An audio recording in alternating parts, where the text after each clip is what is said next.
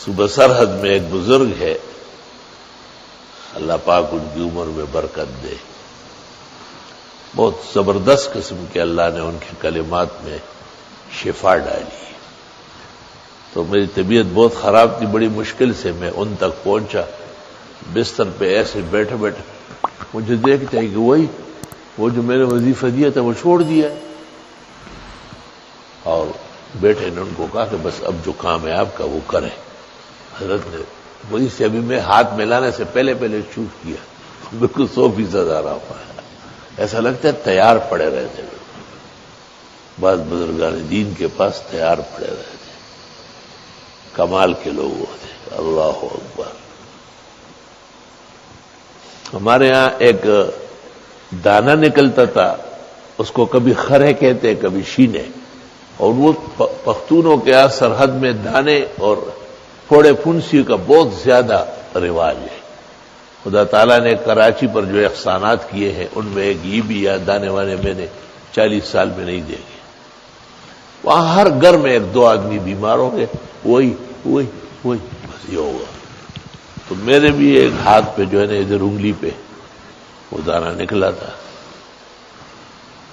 اور ساری رات میری والدہ صاحبہ بیٹھی رہتی تھی، کبھی پانی گرم کر رہی ہے، کبھی یہ کر رہی ہے۔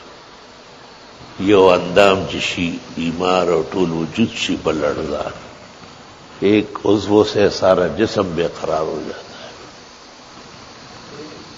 کئی دن گزرے تھے، طبیعت بہت زیادہ ناساز تھی، اور تو میں ایسا دریا کے کنارے نکلا، گھر دریا کے ساتھ ہے، فجر کی نماز پڑھی، مسجد میں نہیں جا سکا، دریا کے کنارے پڑھی، اور ایک بزرگ کو میں جانتا تھا کہ وہ دم کرتے ہیں، آہستہ آہستہ ان کی طرف روانہ ہو گیا۔ انہوں نے ایسا دیکھا، دیکھتے کوئی بچے تھا چل لے، تو میں نے بتایا کہ یہ جو خرے نے اف چلے، گھر چلتے ہیں۔ گھر لے گئے اور اپنی اہلیہ کو کہا کہ خوب پراٹھے اور چائے بناؤ بہترین، یہ بچہ کئی دنوں کا بھوکا ہے، کیونکہ میری آنکھیں بھی باہر نکل رہی تھی اور طبیعت بہت زیادہ ایسی تھی، پانی نہیں پی سکتا تھا۔ ہمیں بڑا حیران ہو کہ پراٹھے کون کھائے گا۔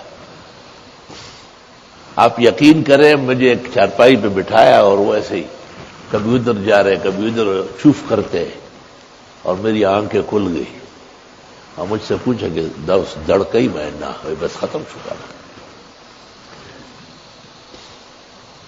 کیا منہ تھے اور کیا پاک لوگ تھے ویسے۔ اگلے دن مجھے کہا کہ کل تم نے آنا نہیں ہے، میں آپ کی مسجد میں آؤں گا، آپ کے محلے میں۔ فجر کی نماز جب ہو گئی تو اس نے کھڑے ہو کے میرے والد کا نام لیا کہ اس سے میرا جھگڑا ہے، آپ لوگ بیٹھے جائے نہیں۔ اور میرے والد کو کہا کہ آپ قرآن پہ ہاتھ رکھیں، آپ کو یہ پتہ ہی نہیں کہ میرے پاس اس کی اجازت ہے۔ اپنے بیٹے کے ساتھ ظلم کرنے کی ضرورت کیا تھی؟ والد صاحب نے کہا میں بہت پشیمان و شرمندہ ہوں، اور بس وہ 2 دن اور آئے، اور وہ دن ہوا، آج کا دن ہوا۔ مجھے کہا آپ کی نسل و اولاد میں کسی کو یہ تکلیف آئندہ نہیں ہو۔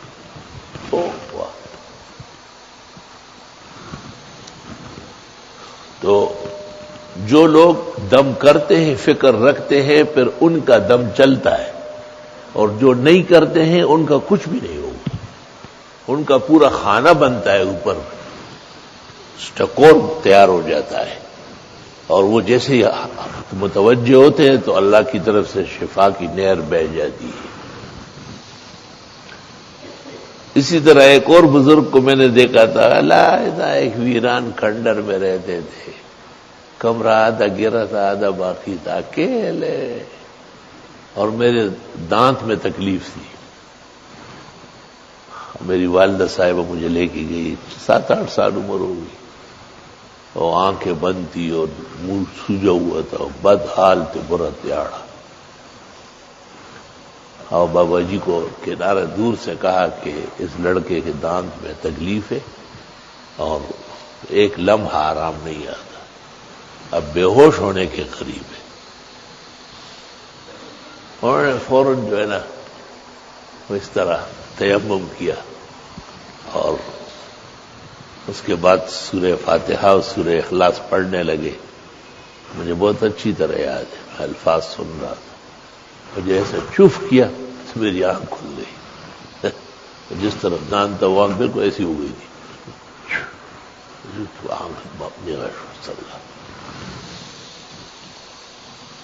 اور باقاعدہ درد جو ہے نا اس کو برا بلا کہہ رہے تھے، ظالمہ ڈر ظالم ڈر شیطان دا معشوم دی غریب بیکارہ کڑا ہے دا سر ظلم دیاتے ہیں کہ خدا تب جواب ورکی. وہ دن ہوا، آج کا دن ہوا کہ مجھے پھر کبھی دانتوں میں تکلیف نہیں ہوئی. میں حیران ہوں کہ یا اللہ یہ کیا مقدس لوگ تھے، کیا ان کی مشق تھی، کیا تیرے ہاں ان کی وجاہت اور قدر و عزت تھی.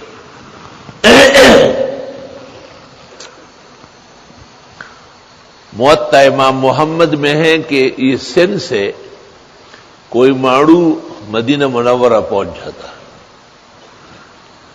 اور مدینہ منورہ میں تمام لوگ خفگان میں اور غم کے حالت میں تھے. اس سندھی جا رجل من السن موطا محمد میں ہے. اس نے پوچھا کہ کیا بات ہے، تو لوگوں نے کہا کہ ام المومنین عائشہ بیمار ہے اور بہت زیادہ بیمار ہے، اٹھ بیٹھ نہیں سکتی، اس لیے مدینہ منورہ میں غم کی سی فضا ہے. اس کے پاس کوئی عمل تھا، اس نے اپنا وہ عمل کیا اور اس نے کہا کہ ام المومنین پر کسی نے سحر کیا ہے،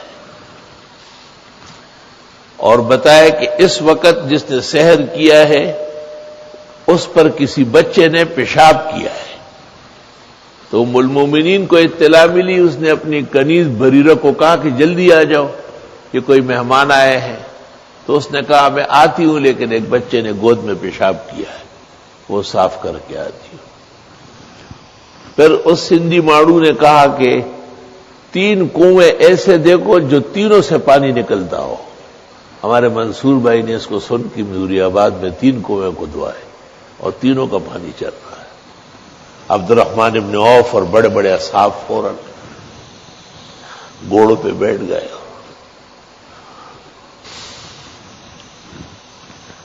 چھٹ پٹ قبا کے پاس 3-4 کنویں تھے جو سارے جاری ساری تھے، وہاں سے مشک بر بر کے لائے.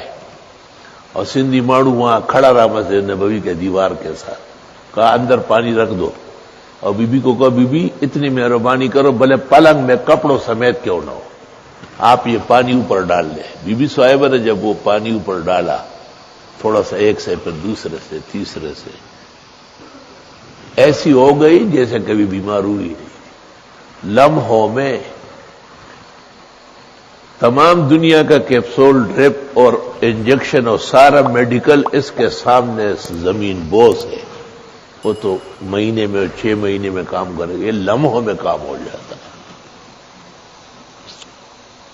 تو یقیناً لوگ نقصان بھی پہنچاتے ہیں اور اللہ نے اس کا توڑ بھی پیدا کیا ہے، لیکن ایسا نہیں جیسے ہر شخص آتا ہے میرے اوپر اثر ہے. ہاں تو داڑھی منڈاتا ہے، یہ اثر نہیں مان رہا ہے، میرے اوپر اثر ہے. نماز پڑھی ہے نہیں تو بے نمازی کا اثر تو ہے ہی آپ پہ، یہ نہیں مان رہا ہے.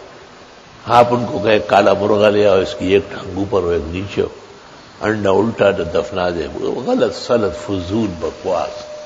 اس لیے میں اکثر کہتا ہوں کہ یہ زمانے کے عامل ایک پائی کے لوگ نہیں ہیں، خالص شاپ کیپرز ہیں. التجار هم الفجار، ان کے پاس رکھا کیا ہے؟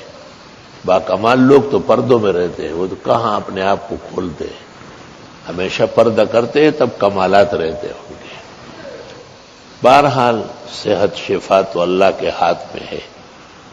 وَنُنَزِّلُ مِنَ الْقُرْآنِ مَا هُوَ شِفَاءٌ وَرَحْمَةٌ لِّلْمُؤْمِنِينَ. اور یہ قرآن کی آیتیں ہیں، خاص کر فاتحہ، آیت الکرسی و آخری 4 کل، اس کو 3 دفعہ پڑھے جاتے ہیں. اور پھر تصور اس بیماری کا تکلیف کا کر لے کہ اللہ آپ کے کہنے سے ہی بیماری آتی ہے، آپ کے حکم سے ہی جاتی ہے. انشاءاللہ تعالی آرام صحت فائدہ محسوس ہوگا. الحمدللہ.